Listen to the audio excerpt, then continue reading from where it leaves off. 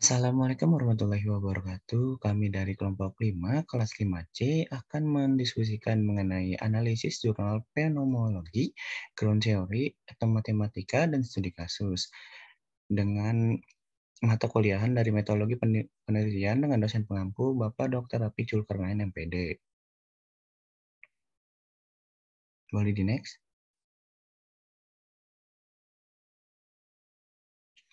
Nah, anggota kelompok kami yaitu yang pertama ada Anggita Melati Putri dengan NPM 2010631050005 dan yang kedua ada Pandi Raja Saputra Marbun dengan NPM 2010631050090 dan saya sendiri Rupaliadi Saputra dengan NPM 2010631050096 dan yang terakhir ada Wida Daratiga Aulia dengan NPM 2010631050119. Boleh di. Nah, langsung saja kepada analisis jurnal fenomenologi yang akan dijelaskan oleh rekan saya. Kepadanya dipersilahkan. Baik, terima kasih moderator. Di sini analisis jurnal fenomenologi. Jurnal yang saya ambil dengan judul Sebuah Studi Fenomenologi mengenai aturan pindah ruas dalam menyelesaikan persamaan linear matematika. Dengan jurnal Mandalika Mathematics and Education Journal pada tahun 2020 yang ditulis oleh Josefa Patricia Uwalaja.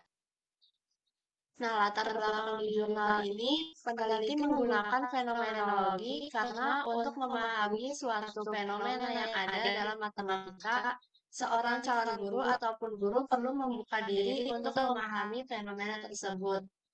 Nah, fenomena dalam penelitian ini mengenai penggunaan aturan pindah ruas dalam materi persamaan linear yang terkenal di kalangan pendidik dan pelajar. Tujuan menyelesaikan permasalahan aljabar dalam sebuah persamaan linear adalah mencari nilai yang memenuhi sebuah variabel dari persamaan tersebut. Salah satu cara untuk menemukan nilai sebuah variabel adalah dengan menggunakan persamaan-persamaan yang ekuivalen.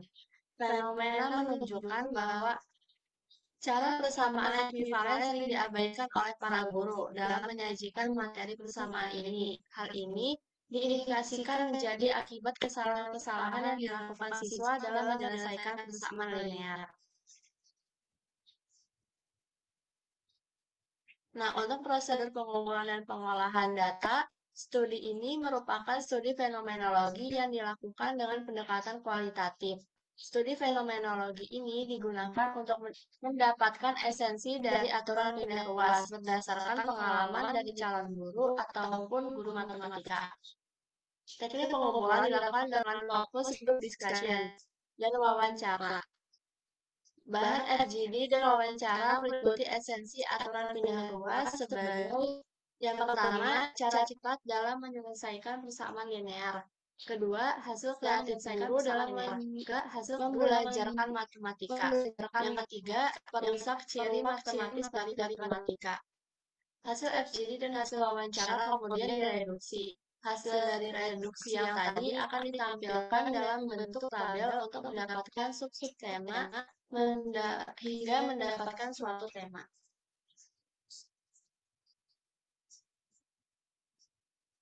Nah, di jurnal ini kita menemukan beberapa temuan-temuan penting.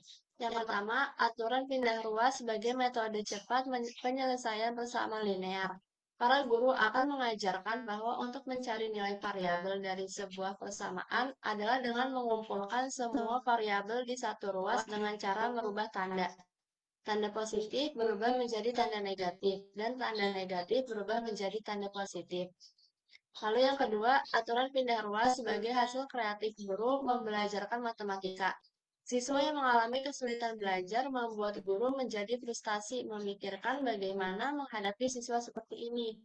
Oleh karena itu, guru harus kreatif menciptakan suasana belajar yang mempermudah siswa dalam belajar.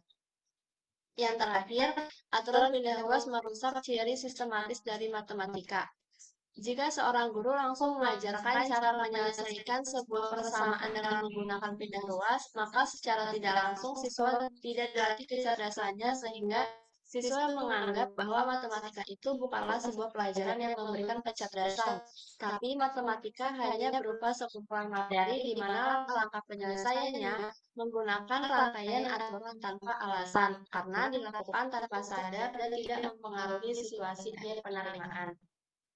Mungkin sekian yang saya dapat jelaskan. Saya kembalikan ke moderator.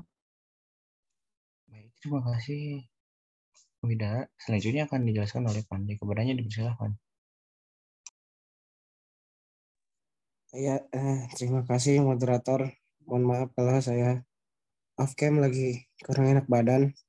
Jadi untuk analisis jurnal grounded teori ini, jurnal yang saya ambil itu adalah dengan judul Analisis Kemampuan Abstraksi Matematis dalam Pembelajaran Matematika di MAN 1 Tasikmalaya. Jurnal ini berasal dari Journal of Mathematics, Education, Science, and Technology tahun 2021 dengan penulis Muhammad Taufik Syarifuddin Naningsih Komsatun Nimah. Latar belakang Juniarti dan Zulkarnain tahun 2019 dalam penelitiannya mengemukakan bahwa kemampuan abstraksi matematis peserta didik kelas 10 pada satu SMA negeri di Kerawang masih rendah yang ditunjukkan dengan ketidakmampuan peserta didik dalam mempresentasikan masalah menjadi sebuah model matematis dan memberikan interpretasi terhadap ekspresi matematis. Penelitian sebelumnya pun menemukan hal yang sama bahwa kemampuan abstraksi matematis kelas 10 IPA 1 SMA Negeri 1 Louis Munding masih perlu ditingkatkan, yaitu peserta didik masih kesulitan dalam menggambarkan objek yang secara konkret tidak nyata. Berdasarkan hal tersebut, perlu adanya peninjauan kembali tentang kemampuan abstraksi matematis ini. Slide selanjutnya.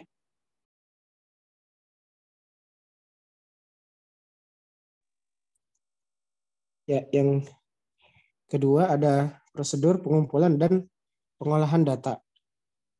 Bentuk penelitian yang digunakan adalah penelitian kualitatif dengan grounded teori, karena pada penelitian ini bermaksud untuk mengkaji kemampuan abstraksi matematis peserta didik kelas 12, MAN 1 Tasikmalaya. Teori ini dikembangkan secara induktif serta beriringan dengan data-data yang ada di lapangan. Sehingga pada penelitian ini menemukan teori baru berdasarkan data empirik, bukan menghasilkan teori dari teori yang sudah ada.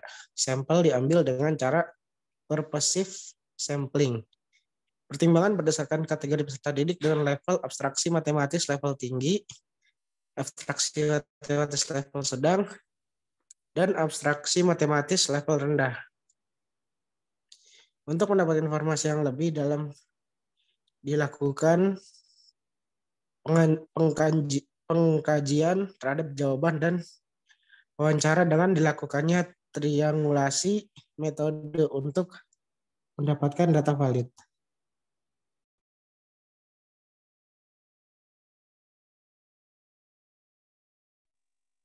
Mungkin bisa next slide.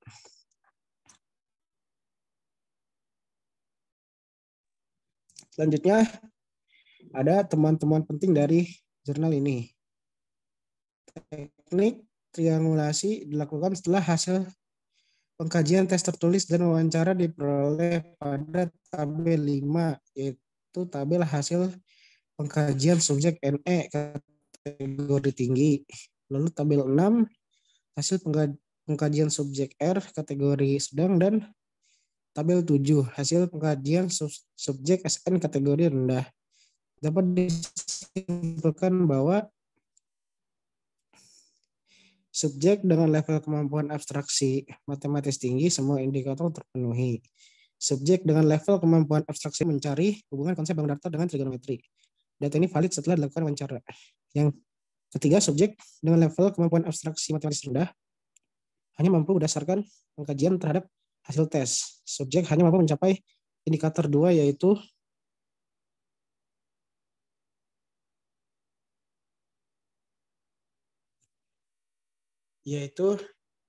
membuat persamaan yang setara. Data ini valid setelah dilakukan wawancara. Hal ini sejalan dengan beberapa pendapat para ahli yang telah dikemukakan sebelumnya. Semakin tinggi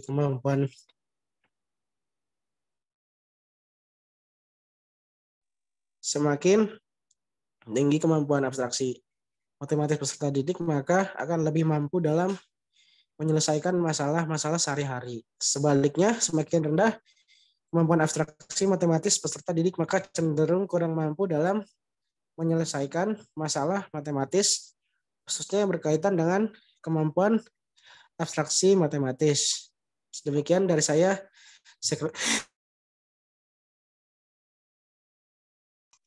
Saya kembalikan ke moderator. Baik, terima kasih Pandey. Selanjutnya akan dijelaskan oleh Anggita. Kepadanya dipersilahkan. Baik, selanjutnya di sini saya akan memaparkan tentang analisis jurnal etnomatematika. Judulnya Menggali Etnomatematika, Matematika sebagai Produk Budaya. Jurnalnya Jurnal Prisma Proceedings International Matematika tahun 2018. Penulisnya Jainuri, Nurkaroma Dwidayati. Latar belakangnya yaitu latar belakang peneliti menggali etnomatematika karena matematika sebagai produk budaya. Seperti berbagai jenis bangun datar dan bangun ruang ternyata dapat ditemukan pula pada masjid, gereja, kelenteng, maupun wihara. Termasuk juga rumah adat. Materi matematika yang diajarkan di sekolah merupakan konsep-konsep matematika yang ada di pikiran manusia. Pembelajarannya dimulai dengan merumuskan unsur-unsur yang tidak didefinisikan, titik, garis, dan bidang. Dan unsur-unsur yang didefinisikan, konsep lingkaran, misalnya, didefinisikan sebagai kedudukan titik-titik yang berjarak sama terhadap titik tertentu, yang kemudian disebut pusat lingkaran. Konsep matematika yang ada di pikiran manusia terkadang berbeda dengan matematika yang ada di kenyataan. Oleh sebab itu, pembelajaran matematika sangat perlu memberikan muatan atau menjembatani antara matematika dalam dunia sehari-hari, yang berbasis pada budaya lokal dengan matematika sekolah.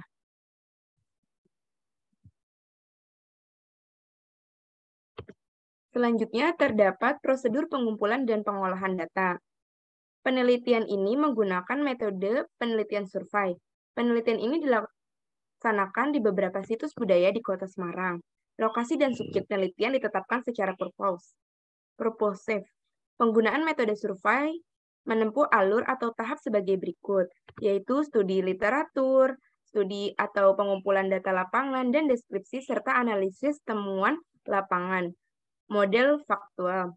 Secara rinci, studi ini menempuh beberapa kegiatan yang mencakup.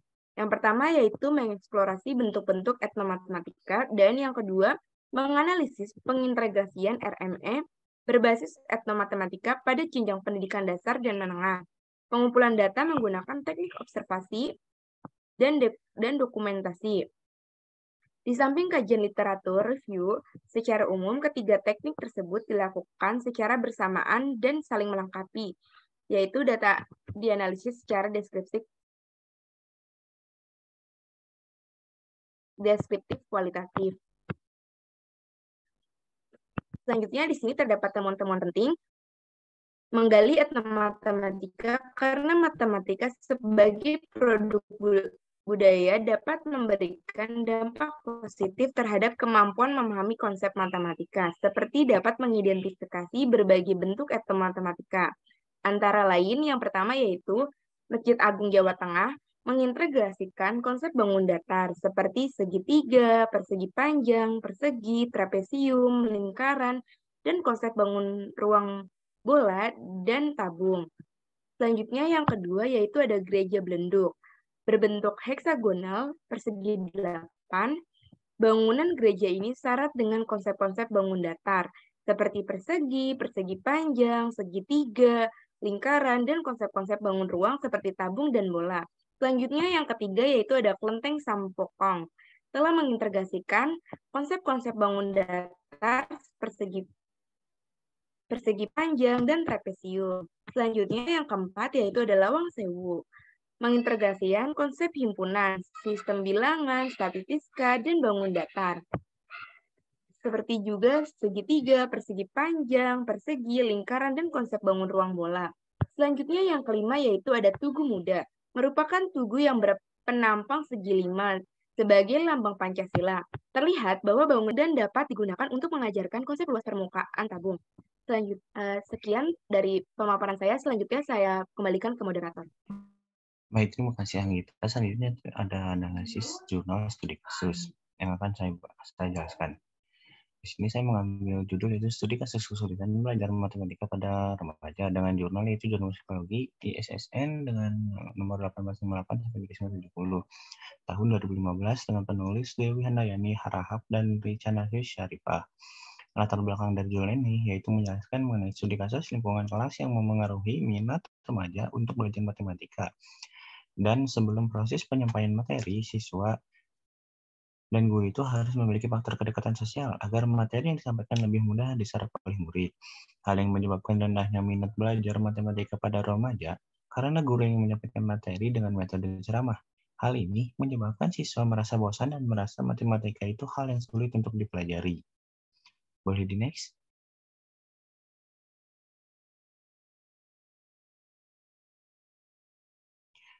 Di sini ada prosedur pengumpulan dan pengolahan datanya, yaitu penelitian pendahuluan ini merupakan penelitian yang bersifat kualitatif. Nah, bertujuan untuk mengetahui tentang hambatan-hambatan remaja dalam memahami pelajaran matematika. Pada subjek penelitian kali ini, yaitu 2 siswa kelas 9. Subjek yang pertama itu siswa yang tidak menyukai pelajaran matematika dan memiliki persepsi negatif tentang guru pelajaran tersebut. Nah, subjek yang kedua itu siswa yang menyukai pelajaran matematika dan memiliki persepsi yang positif tentang guru pelajaran tersebut. Nah, alasan peneliti mengambil 2 subjek yang berbeda itu untuk mengetahui perbedaan persepsi antara siswa yang senang dan siswa yang tidak senang dengan pelajaran matematika, serta kaitannya dengan hasil belajar pada masing-masing siswa. Boleh di next?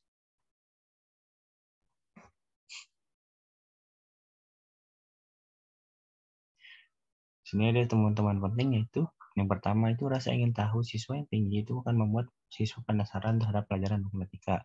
Siswa itu cenderung mencari buku sendiri acuan yang mendukung matematika. Selain itu, siswa juga mengetahui manfaat belajar matematika. Hal yang sebaliknya, rendahnya rasa ingin tahu akan membuat siswa malas mempelajari matematika. Keterbukaan siswa terhadap pengalaman mengenai pelajaran matematika menunjukkan minat dalam mempelajari matematika. Siswa yang memiliki banyak pengalaman tentang pelajaran matematika banyak mengetahui hal-hal yang ada pada matematika. Hal ini sebaliknya, siswa yang memiliki pengalaman sedikit mengenai pelajaran matematika menunjukkan ketidaksukaan terhadap pelajaran matematika.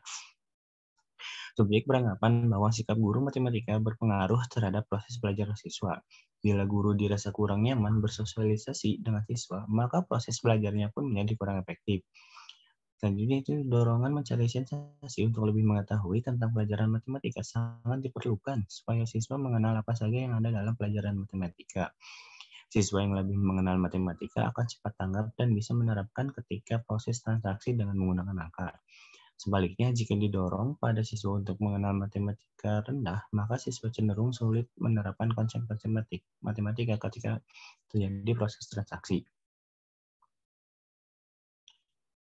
Nah, mungkin cukup sekian dari kelompok kami. Kurang lebihnya dimohon maafkan. Tak lupa jika seperti bunga mawar, bunga selasih, warnanya cerah, tiada duanya. Cukup sekian dan terima kasih. Saya harap tidak ada yang tanya. Terima kasih. Wassalamualaikum warahmatullahi wabarakatuh.